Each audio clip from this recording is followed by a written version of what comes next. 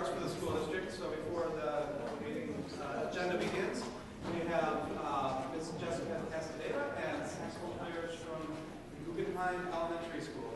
This is Ms. Castaneda's first year here, and she's going to introduce the group. Thanks so much for having us tonight.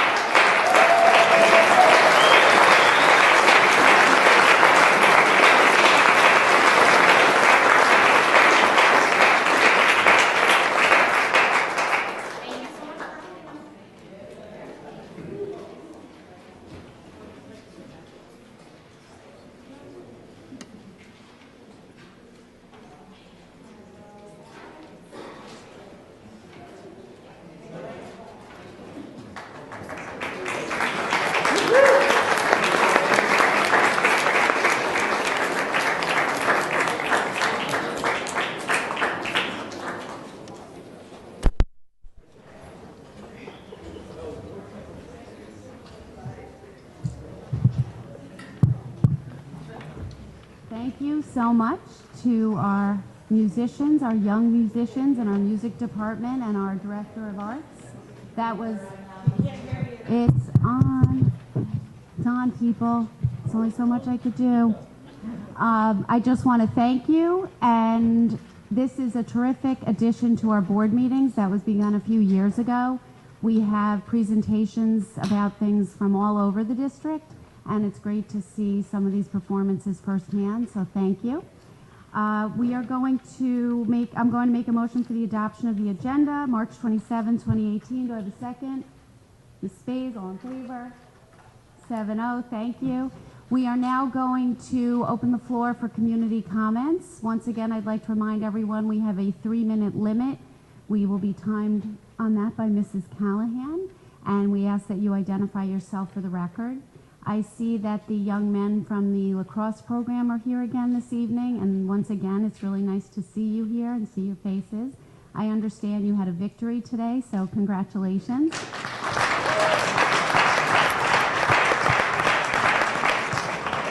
Thank you for still making the time to come out here tonight and stand up for something you think is important. It's really great to see that the kids in our schools are doing that too.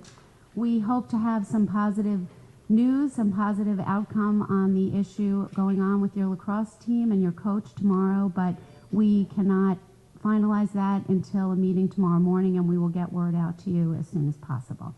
So for any other comments, we please ask you to step up to the microphone. Yeah, my name's Allison. I live over on Highland Avenue. Just an incident that occurred to me, with me yesterday. I was watching a baseball game and decided to take a look from left field. I was going to walk back to my car, look behind the school. This guy walking a dog up there, not walking, letting the dog run loose. The fields are replete with signs, no dogs on school property. We've done an excellent job of that since the Esposito incident from a couple of years ago. But there has to be some way of stopping this. I talked to some of the security guys. They're very annoyed. They tell the people to move along. They get a lot of lip. Nothing transpires. People continue to do what they're doing. I'd like to see that rectified in some shape, manner, or form. Thank you.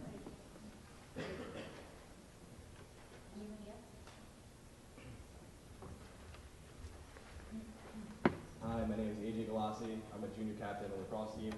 And on behalf of the whole team, I just want to say thank you to you guys for all that you do. We understand there's due process, we understand there are logistics, and I just want to say thank you.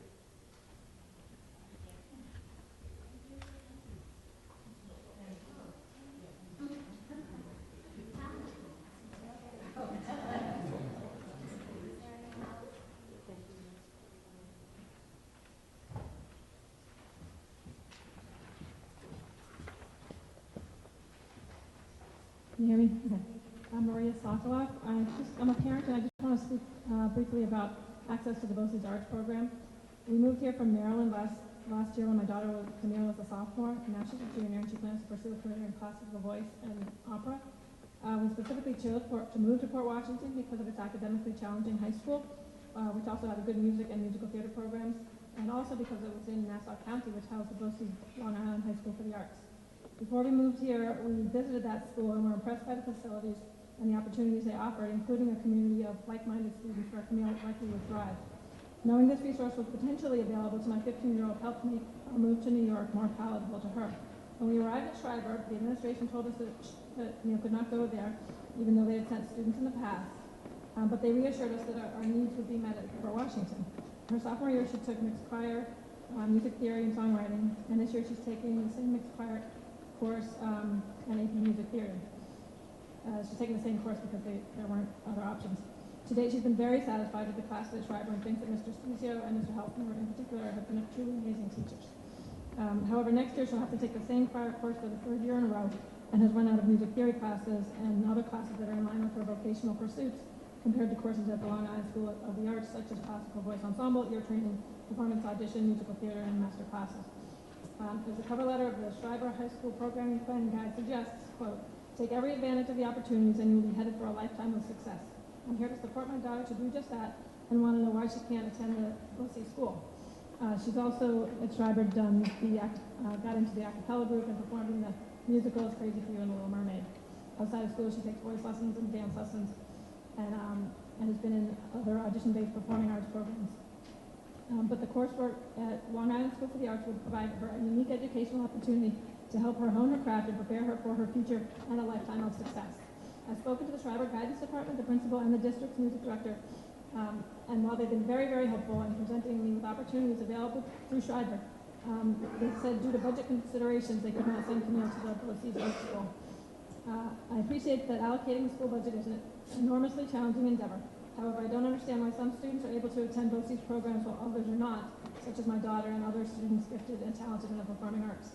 As the school board policy 4322 states, the school board will allocate resources towards appropriate programs for students identified as gifted and talented. And 30 seconds. And in that, addressing special gifts and talents of the students, and the superintendent of schools will develop a district plan for the education of gifted and talented. Camille's not here tonight because she's at a rehearsal for a musical, but she also wanted me to say that she wants us to speak up and hope that she can help others also have access to, in the future, to the amazing facilities in our own county. Thank you.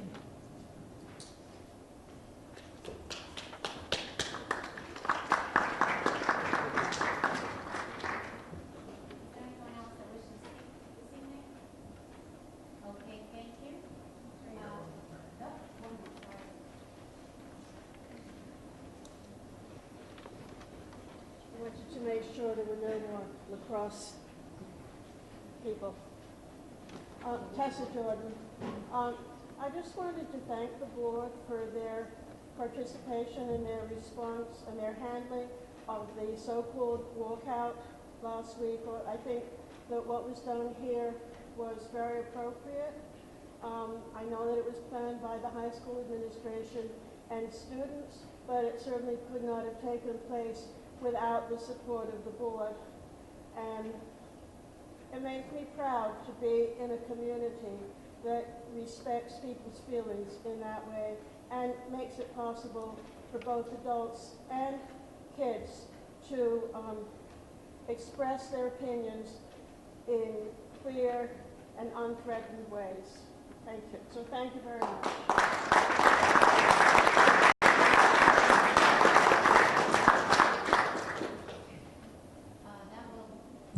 That will close out community comments for this session. Dr. Mooney?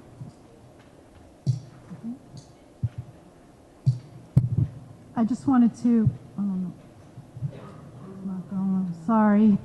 I really wanted to just make some comments to the varsity boys lacrosse team who are here tonight. There's a right way to address district administration and the Board of Education, and there's an incorrect way. And I want to commend all of you for addressing all of us in such a very respectful, thoughtful manner. We've also received some emails from some of you that really speak to the caliber and character that each of you have.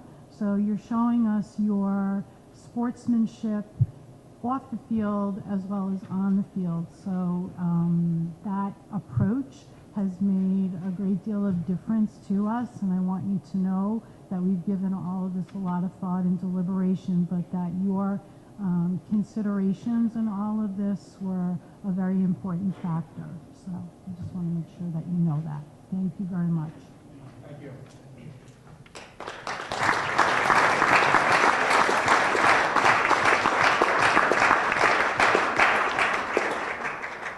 We'll now do the certificates of excellence for this evening.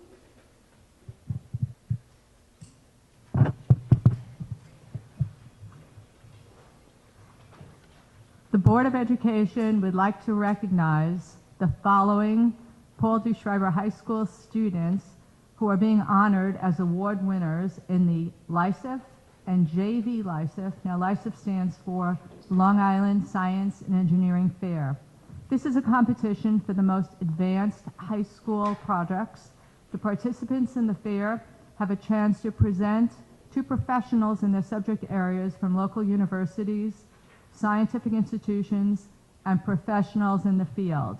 Now, there are 3 categories of winners, and a number of the students have won awards in more than one category. So I'm going to announce them so that each person who comes up only needs to come up once. But when I do call your name, please come up. Okay, the winners of the LISIF Grand Awards are, the first one is Joseph Melkonian, and Joseph also is the winner of the LISIF Special Award. So Joseph, if you're here.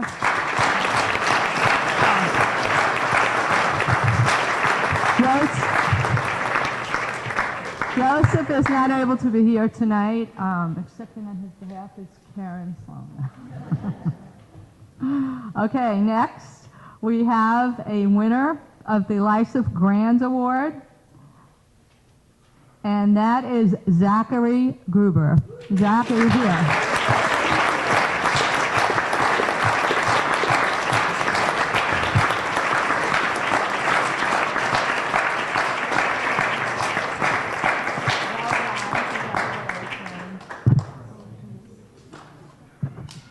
Okay, a Lysif Grand Award winner, Molly McLaughlin, and she's also an award winner for the Lysif Special Award.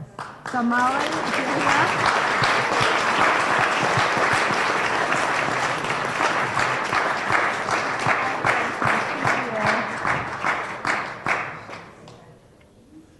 Okay, Lysif Grand Award and Lysif Special Award winner, Julia Ruskin. If Julia's here, please come up.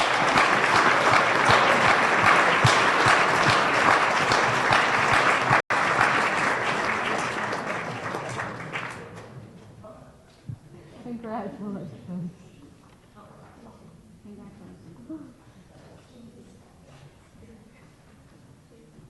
Okay, now winners of the JV Lysif Awards. Dahlia Burko. If you're here, please come up.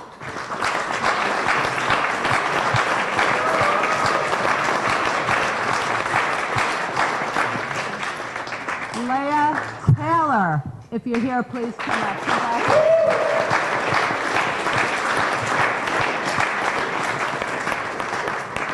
Emma Levin. If you are here, please come up.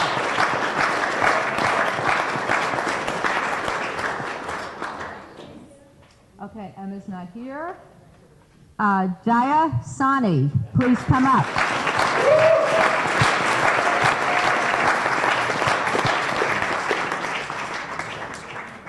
Congratulations. Okay.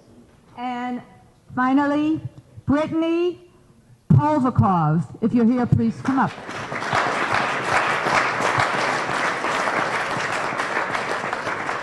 Brittany, are you here? Okay. Thank you. Well done, everybody. Congratulations.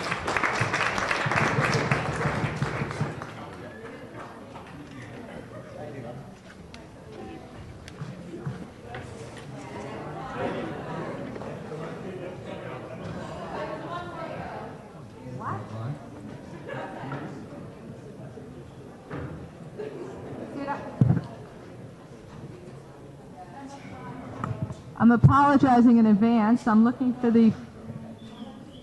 Oh. Okay, well, there may have been another winner, but she will go... She's anonymous. I am looking. I saw her. Emma Levin?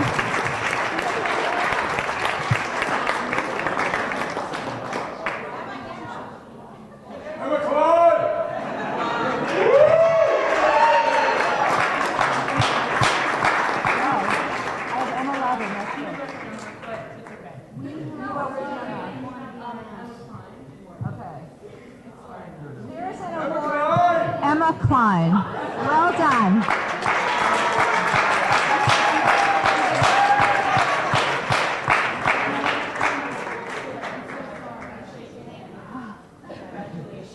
Thank you.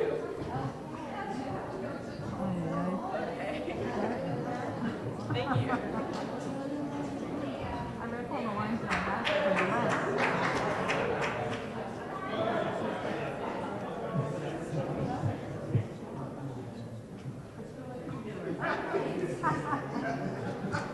Superintendent will now give her report.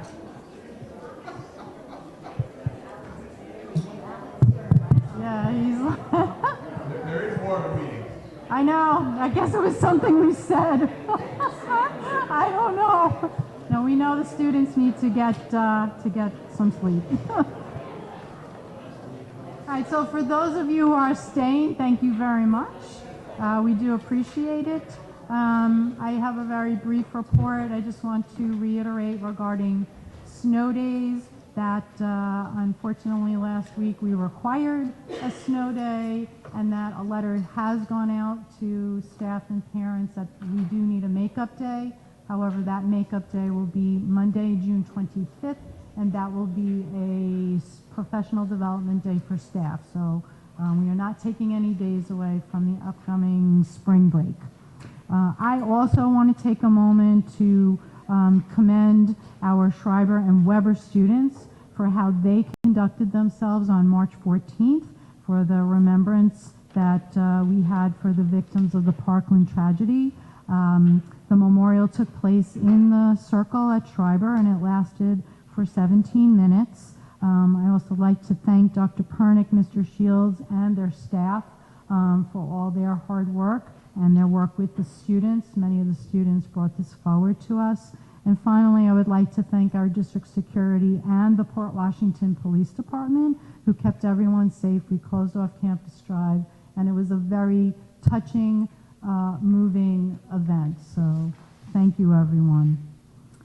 I also want to congratulate Weber Middle School, the students who just performed in this past weekend's production of Seussical. It was amazing. It was here in the Schreiber Auditorium. So the cast, the crew, the orchestra, our advisors who were all involved did just an absolutely terrific job. It was very fun. It was great to be there. I was there on Friday night. It was a sellout crowd, and it was a nice way to end a kind of challenging week. So tomorrow night, our music and art department are hosting a faculty art exhibit and a music faculty recital. It's at 7 o'clock in the Schreiber Auditorium. So if you have a little time, I do encourage you to see the talents of our faculty who do such an amazing job with our students, as you saw an example of tonight. So, and then just tonight we will be having a budget discussion. We're really just going to be providing the board with a summary of where we are. Not too many changes at this point, but that's where we are. And then Ms. Fennick, very briefly, enrollment report. Thank you, Dr. Mooney.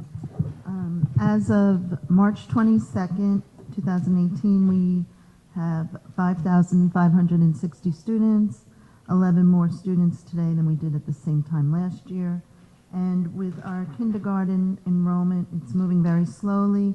Our number that are enrolled right now is 342, and our projected number is 417. So, thank you.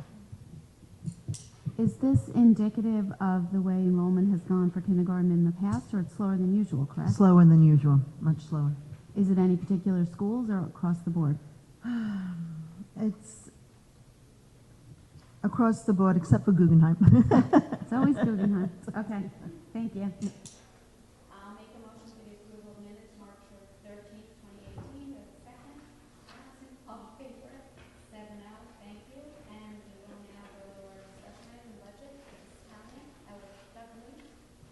I was just going to say that I'm going to ask Ms. Callahan to just give us really a brief, just a summary, just for the folks here in the audience. We don't have too much different than what was discussed at the budget meeting last week, but we do want to give an update. I think we had come to a point where we still feel that there's other information that would become available to the board prior to adopting. Originally, we had hoped we could adopt our budget tonight, but it was determined at the budget meeting that we should wait. We do have our April 17th meeting, which still gives us enough time to do it by the deadline. But I'll let Ms. Callahan just give a brief summary of where we are for those who may not have been able to attend budget. Thank you, Dr. Mooney. Our last public board meeting was March 13th. At that time, our budget increase was 2.92% and our levy was 3.15%. We subsequently had a budget and facilities meeting, and we're at a point now in the budget process where we are at a maximum for the tax levy limit. So regardless of what happens in the future, the tax levy is going to remain at 3.15. What may happen with this budget, which contains all program from this year, we have not cut any program, and we have at this point been able to put in $400,000 towards a total of $881,000 in requested staffing that has been presented at least 4 or 5 times thus far. The question for the board, especially at the last budget and facilities meeting, was whether the board was prepared to adopt this evening, not having the total monies for the requested staffing, or whether we want to wait for the state to adopt its budget to see whether the preliminary state aid will be different than the final state aid. Even today, I read that there is an expectation that the state will adopt its budget on time, but there are only 4 men sitting behind closed doors who are figuring out that budget, so I can't tell you anything more about that.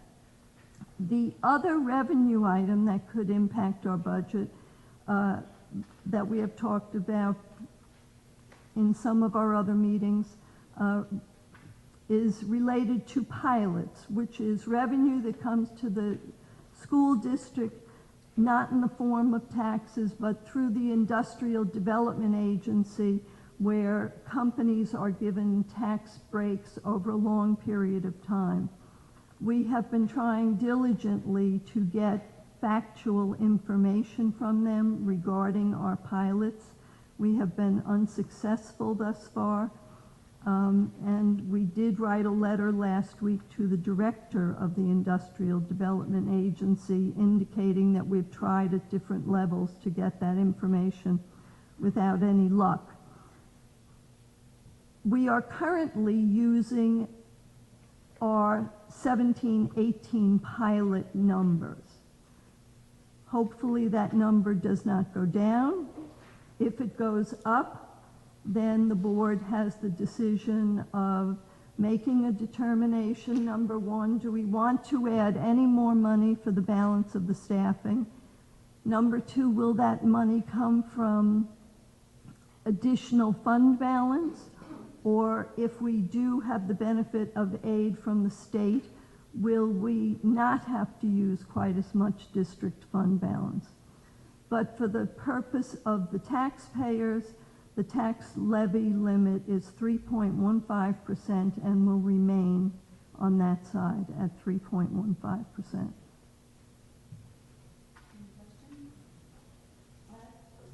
If I understand it correctly, in the executive budget, there's a potential change to the way special education funding is going to be done, and they want to start balance. They want to sort of penalize what they call wealthier schools by not giving them the full amount. Would that have a significant impact on our resources?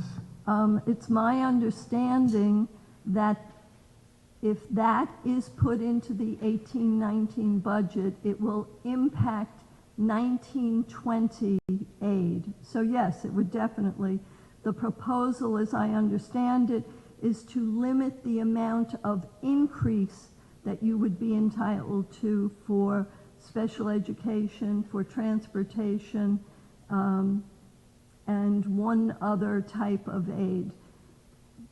For the folks in the audience, that means if the district spends $1 million on special education for which there is some aid, and then in a subsequent year we spend $1.5 million, if we had been entitled to get 10% of that money back, the state is going to say, well, just because you're spending $500,000 more, we're not going to give you 10% of the $500,000, we'll give you 2%.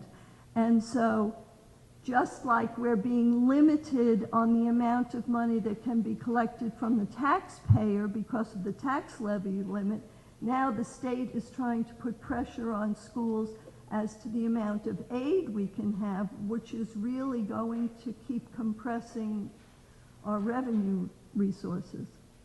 And to go a little further into history, when IDEA was first passed, there was a commitment in Congress that the federal government was going to pay 80% of the differential between educating a special ed student and a general ed student. And to date, I think they might have gone up to 12%. So, and it's been 30 years, and they keep never funding what the promise is. So that burden's been put onto the states, and the states have seen an increase in costs. So now they're trying to put that onto the local taxpayers, and at the same time tell the local taxpayers they don't have to pay any more taxes. That's right. On that cheery note, does anyone else have any other questions? We do have a budget and facilities meeting on April 10th, but hopefully by next week, or hopefully by Friday, we would have some sense of where we stand with state aid. We'll have time at the budget and facilities meeting to determine what we need to if we still have that $400,000 gap. Correct. Okay. Thank you. Thank you very much, Mrs. Callahan. Policy and personnel report. Hi, our policy and personnel committee meeting that had been scheduled for, I think, Thursday was Wednesday. Wednesday was canceled because of the snow day. Our next meeting is scheduled for April 11th, which is a Wednesday. We are starting a little early. We're starting at 8:45 rather than the 9. Oh, actually, we're starting a little late. We usually start at 8:30. We're starting at 8:45. So a little bit later. So if you get there at 8:30, you could just hang around and wait till we start at 8:45. The agenda, which is posted, will be going over policies. We'll be discussing, I should say, policies 1500 and 1500, the regulation regarding public use of facilities. Just a couple of considerations that have come up regarding that policy.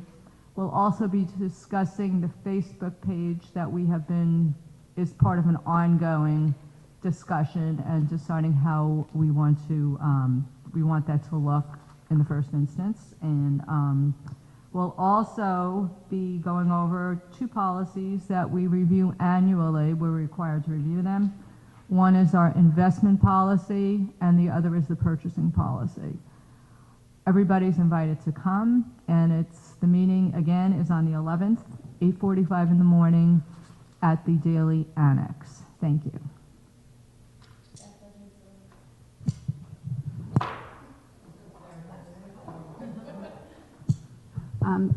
Mary Callahan gave a pretty good rundown of the meeting that we had last Tuesday. Our next meeting is April 10th.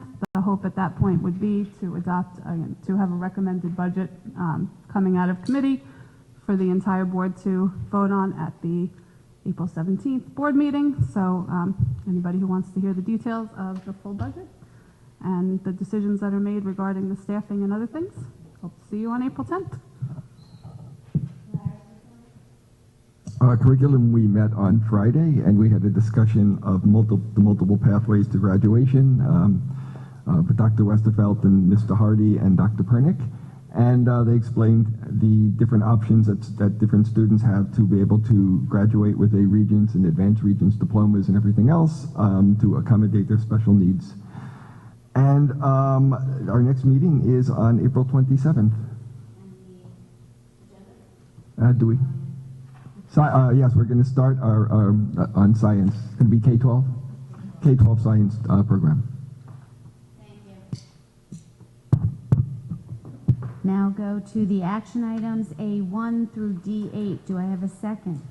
Mr. Kirpin, all in favor? 7-0, thank you. And I would just like to thank specifically for their generosity the Mr. Boyle Scholarship Award Fund, the American Gift Fund, the J.D. Blumenfeld Scholarship Award Fund, not done, the Guggenheim HSA, the Jennifer Mara Cronin Love of the Game Scholarship Fund, SUSA HSA, Again, Sousa HSA and the Manor Haven PTA. Thank you so much for all of your generous donations to the school district. And now, old business. Do we have any old business? New business. Does anybody else want to talk to us tonight? Okay, we're adjourned.